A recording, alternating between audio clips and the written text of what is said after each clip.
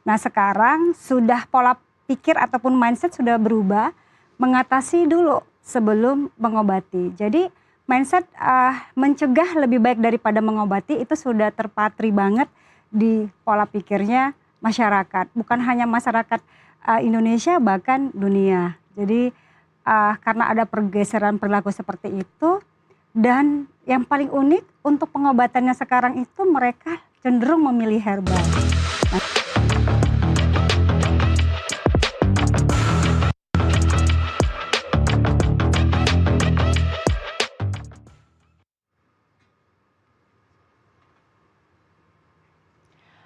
Anda kembali lagi di Nusantara Business Hour dan kita masuk ke dalam segmen Zona Cuan.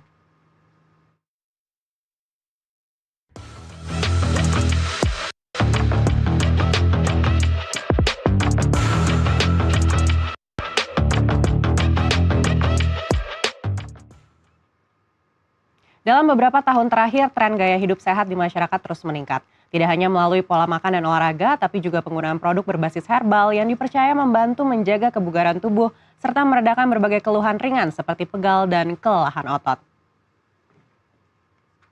Perubahan pola konsumsi ini turut mendorong pertumbuhan industri wellness di Indonesia, sekaligus membuka peluang besar bagi produk-produk herbal lokal untuk berkembang lebih luas di tengah persaingan yang semakin ketat.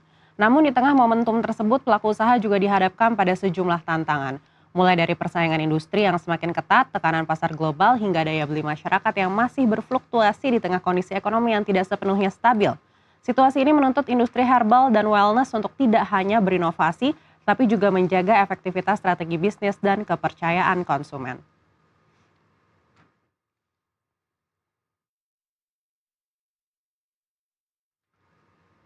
Lalu seperti apa dinamika industri herbal saat ini dan bagaimana pelaku usaha merespon tren yang terus berubah ini? Kita akan membahasnya bersama dengan Rifa Efrianti, founder and CEO Sanga Sanga. Mbak Rifa, apa kabar? Halo Selamat Mbak datang Maria. di studio Nusantara TV. Ya, terima kasih loh sudah diundang di Nusantara TV. Ini suatu kehormatan bagi Sanga Sanga. Ini first time loh kita datang di Nusantara TV. Wah, luar biasa. Baik, kabarnya gimana Semoga Mbak pengalamannya Ame? bagus ya. Ya, semoga sangat mengesankan sih, dari awal tadi sudah diterima dengan sangat ramah dan orang-orangnya keren-keren banget. Keren-keren banget, wah iya. Tapi memang brand Sanga-Sanga ini kan juga keren banget ya. Kalau kita lihat dalam beberapa tahun terakhir, tren gaya hidup sehat ini semakin tinggi. Dan kita juga tahu bagaimana masyarakat, terutama Gen Z ini sudah semakin sadar juga dengan hidup yang lebih sehat dan menggunakan bahan-bahan yang herbal, termasuk juga preventive healthcare begitu. Lalu bagaimana Sanga-Sanga sendiri melihat potensi di sektor herbal ini? Iya, potensi herbal dan wellness ini sangat luar biasa. Ya, apalagi memasuki semester 1 tahun 2026. Karena sekarang ini masyarakat aware banget dengan kesehatan. Jadi kalau dulu kan kita selalu mencari obat pada saat sakit. Nah sekarang sudah pola pikir ataupun mindset sudah berubah, mengatasi dulu sebelum mengobati. Jadi mindset mencegah lebih baik daripada mengobati itu sudah terpatri banget di pola pikirnya masyarakat. Bukan hanya masyarakat Indonesia bahkan dunia. Jadi karena ada pergeseran perilaku seperti itu dan yang paling unik untuk pengobatannya sekarang itu mereka cenderung memilih herbal. Nah kita belajar dari masa pandemi dulu ya. Masa pandemi dulu karena mungkin di fase pertama penanganannya itu banyak yang belum paham ya, sehingga dari pandemi itu orang-orang belajar bagaimana menjaga kesehatan sampai tidak terpapar oleh virus-virus ataupun penyakit-penyakit yang sebenarnya bisa dideteksi sejak awal. Jadi kalau saya rasa perkembangan industri herbal dan wellness ke depan itu mempunyai peluang yang sangat besar. Seperti Sanga-Sanga. Sanga-Sanga sendiri dulunya itu namanya kutus-kutus ya, kita bertransformasi menjadi Sanga-Sanga. Image dulu kutus-kutus itu seperti obat tradisional yang image-nya kuno, lalu orang tua. Nah di Sanga-Sanga ini enggak, kita membawa transformasi besar dari yang image kuno menjadi herbal lifestyle seperti itu. Jadi saya optimis, apalagi di Indonesia ini kan kaya banget ya Mbak ya, rempah-rempah, bahkan ada 30.000 rempah tanaman herbal yang bisa dijadikan obat yang bagus, yang berkualitas asal pelaku bisnis ini dapat mengelolanya dengan baik. Bahkan pertumbuhan di Indonesia sendiri untuk obat-obat herbal ini konsumsinya itu 7-8% pertumbuhannya setiap tahun. Dan diprediksikan tahun 2033 itu sampai 25 miliar US dollar. Nah, jadi ini benar-benar pasar yang menjanjikan bagi pelaku usaha bisnis. Baik, artinya memang ada perubahan image ya untuk sanga-sanga ini begitu dari sebelumnya kutus-kutus. Lalu apakah sudah terlihat di semester 1 2026 dengan kesadaran yang lebih tinggi lagi dari masyarakat dalam profitabilitas sanga-sanga sendiri? Iya, sangat. Jadi kalau kita bandingkan dulu ya kutus-kutus penjualannya dengan sekarang mungkin tidak sebanding ya, karena ini kan memang transformasi brand kita masih baru, tapi dari mulai lahirnya sanga-sanga sampai saat ini itu terus meningkat kebutuhan ataupun orderan daripada customer itu sendiri. Karena kita melihat sanga-sanga ini juga bukan sebagai obat tradisional yang kuno lagi, karena kita juga sudah merambah ke dunia skincare dan wellness yang lain seperti spa, hospitality, lalu juga ada media tentang kesehatan. Jadi semua lini usaha bisnis sanga-sanga holding company-nya itu bergerak di dalam kesehatan dengan mengusung konsep herbal. Baik, artinya lini bisnisnya sudah ekspansi dan meluas begitu ya. Benar. Tapi yang menjadi penopang utama di semester 1 2026 ini lini bisnis yang mana ya? Nah, sekarang ada dua. Yang pertama produk, yang kedua dari hospitality, yaitu hotel dan villa. Itulah penopang bisnis kita. Dan kita juga punya 11 radio namanya Fox Radio Sanga-Sanga yang memang selalu mengedukasi tentang bagaimana kita menjaga kesehatan, lalu bagaimana kita menjaga ataupun mencegah penyakit dengan cara-cara herbal, dengan pola makan yang baik, kemudian hidup yang lebih berkualitas. Nah, seperti itu. Jadi unit bisnis usaha kita yang paling menopang adalah dari produk dan bisnis hotel dan hospitality ya, seperti villa. Karena di dalamnya juga ada spa. Spa itu kita memakai semua rangkaian produk-produk daripada Sanga-Sanga. Wah, menarik sekali. Kita akan bahas lebih dalam lagi usai jeda. Tetaplah bersama kami di Zona Cuan.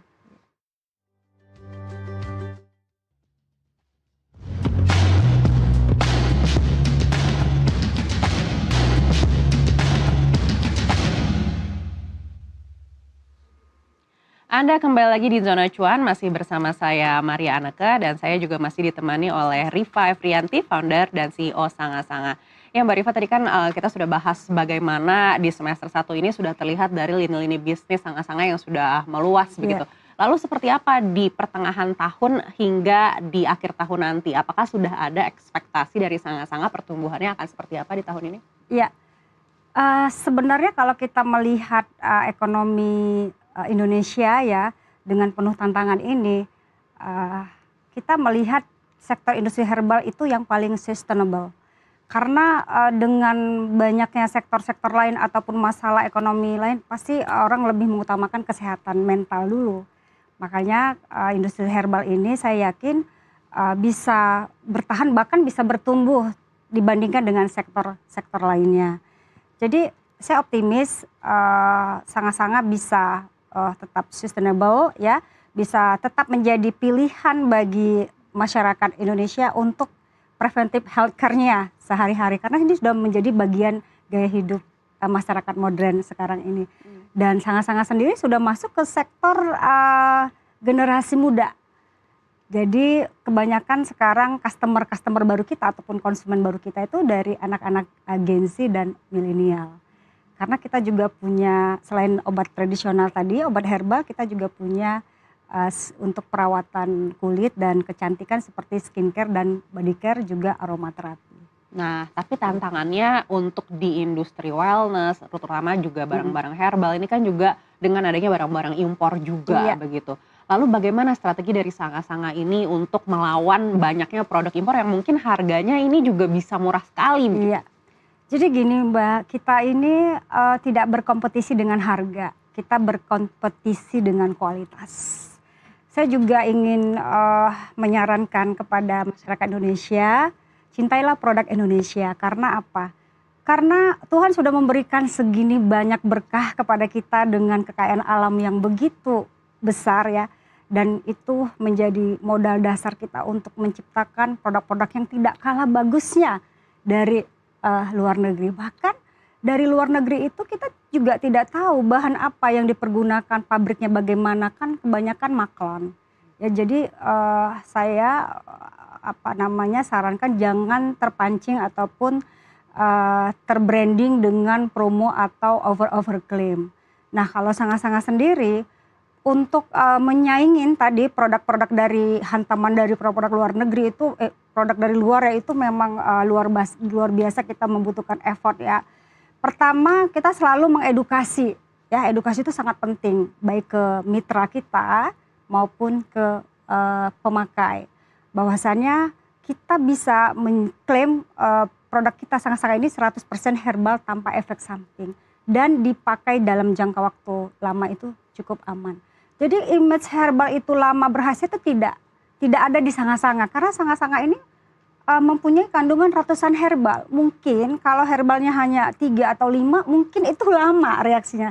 Tapi kalau Sangat-Sangat tidak, dan itu bisa dibuktikan dari review dari e-commerce bintang 5 semua, 99% itu reviewnya bagus, tidak ada komplain masalah kualitas. Jadi menurut saya kompetisi itu adalah berkompetisi karena value, karena kualitas, bukan karena harga dan bukan karena brand.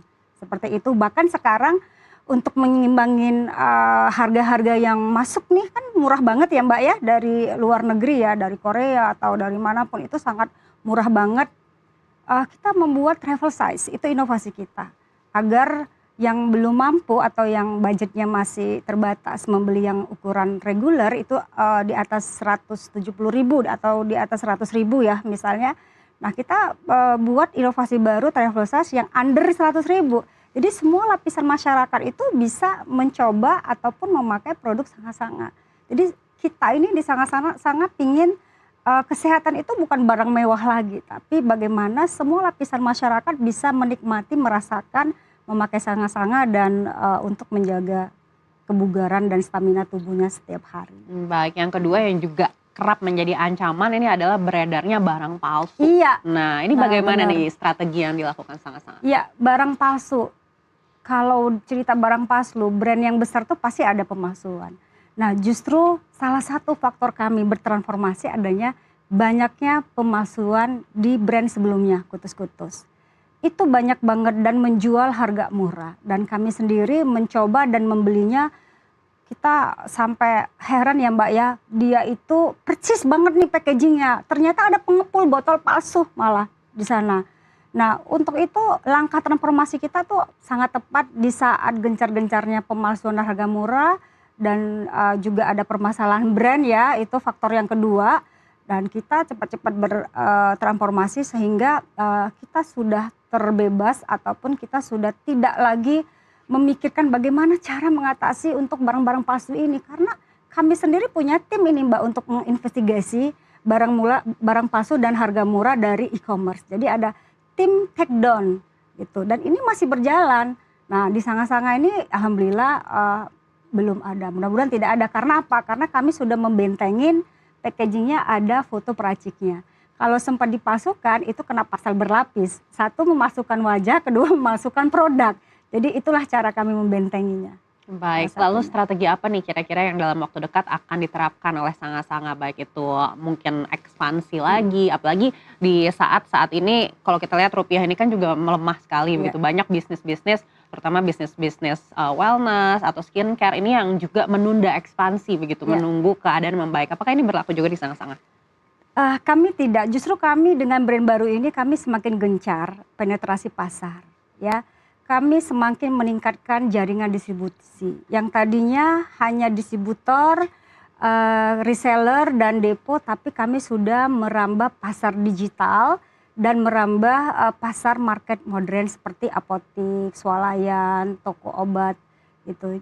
Dan juga kami semakin gencar juga ekspansi di global karena kita juga sudah masuk nih Mbak ke Eropa Timur, Eropa Barat, dan bahkan di Asia juga kita masuk secara resmi. Jadi walaupun pasar bergejolak seperti ini, kami tetap melakukan ekspansi dan kami yakin saat ini Sangat-Sangat semakin dibutuhkan karena sekarang ini kan banyak permasalahan under pressure dan segala macam. Nah, sanga-sanga ini solusinya karena berbahan herbal bisa merelaksasi tubuh dan pikiran. Kalau sudah terrelaksasi tubuh dan pikiran sehat, otomatis kita bekerja pun semakin giat dan fresh. Seperti itu, rezeki pun secara nggak langsung datang. Menjadi harapan kita Iya. bersama. Amin. Baik, sekarang tips untuk pemirsa nih. Kalau untuk memastikan produknya ini asli, tandanya seperti apa? Oke, kami memasang label harga seperti sanga-sanga ultimate. Jadi sanga-sanga itu mempunyai 2 varian sekarang ya Mbak. Jadi sanga-sanga klasik itu adalah evolusi dari kutus-kutus sebelumnya yang tetap kami pertahankan aroma rempah. Namun ada upgradean ingredients dari 69 menjadi 77. Dan yang satu lagi sanga-sanga ultimate itu adalah upgradean dari sanga-sanga klasik yang sekarang 140 bahan herbal dan aromanya aroma bunga pudak dan aroma lavender. Salah satunya kami memberikan label harga. Harga ecer 170.000 untuk sanga-sanga klasik, di bawah itu palsu. Dan yang kedua untuk ultimate 230.000 dan di bawah itu palsu. Itu salah satu kami untuk mencegah pemalsuan tersebut. Baik, kita harapkan berhasil dan pemirsa di rumah juga bisa tahu ya apa bedanya. Sekali lagi terima kasih Bu Rifa Efrianti, founder dan CEO Sanga-Sanga sudah bersama kami kali ini. Sampai jumpa lagi di lain kesempatan. Terima kasih. Ya, dan informasi tadi menutup zona cuan kali ini dan juga menutup Nusantara Business Hour. Saya Mariana Ke, sampai jumpa.